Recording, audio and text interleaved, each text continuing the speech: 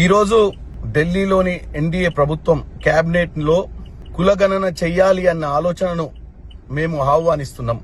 మీ అందరికీ తెలిసిందే, తెలంగాణ సంవత్సరన్నర పాలనలో అధికారంలోకి వచ్చిన తర్వాత రాహుల్ గాంధీ గారు ఇచ్చిన వాగ్దానం మేరకు కులగణన చెయ్యాలని రాహుల్ గాంధీ గారు కన్యాకుమారి నుంచి కశ్మీర్ దాకా 4000 కిలోమీటర్ల పాదయాత్రలో ఆయన ఆ రోజున్న పరిస్థితులను గమనించి ఏ కులానికి ఎంత శాత జనాభా ఉందో ఆ కులానికి తగ్గట్టు, ఆ కులానిలో ఉన్నటువంటి శాతానికి తగ్గట్టు వాళ్ళకు అవకాశాలు కూడా అందించాలని చెప్పి ఆలోచనతో ఆయన ఏదైతే ఆలోచించారో, తెలంగాణ రాష్ట్రంలో రేవంత్ రెడ్డి గారు ముఖ్యమంత్రి అయిన తర్వాత రాహుల్ గాంధీ గారి ఆలోచనను ఇంప్లిమెంట్ చేసే విధంగా ఇక్కడ ఒక శాస్త్రీయబద్ధంగా ఏదైతే నిర్ణయం తీసుకున్నారో, మేం దీన్ని ఇతర పార్టీలకు అలాగే ఎన్డీఏ ప్రభుత్వానికి కూడా పార్లమెంట్ లో బిల్లు పెట్టాలని, పార్లమెంట్ లో బిల్లు పెట్టి 42% రిజర్వేషన్ ఏదైతే మేము ఇక్కడ అసెంబ్లీలో ఇక్కడ కేబినెట్ లో ఆమోదం చేయించుకున్నామో దాన్ని మీరు అప్రూవ్ చేయాలన్న ఉద్దేశంతో ఈవెన్ జంతర్ మంతర్ లో కూడా ఒక కార్యక్రమాన్ని నిర్వహించడం జరిగింది.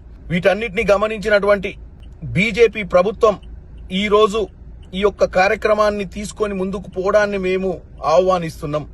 శాస్త్రీయబద్ధంగా ఏదైతే తెలంగాణలో జరిగిందో అదే ప్రకారం భారతదేశంలో కూడా అవసరమైతే మాకు ఇక్కడ చేసినటువంటి అధికారులను కూడా ఒకసారి వాళ్లకు వివరించమని చెప్తాం. అది చేసినట్టయితే ఏదైతే రాహుల్ గాంధీ గారు కోరుకున్న విధంగా ఈ భారతదేశంలో ఈ కులగణన 100 సంవత్సరాల తర్వాత ఈ కులగణన జరిగింది. మనమందర గర్వకారణం ఏంటంటే మన ప్రభుత్వం సంవత్సరన్నర పాలనలో దీన్ని సాధించింది.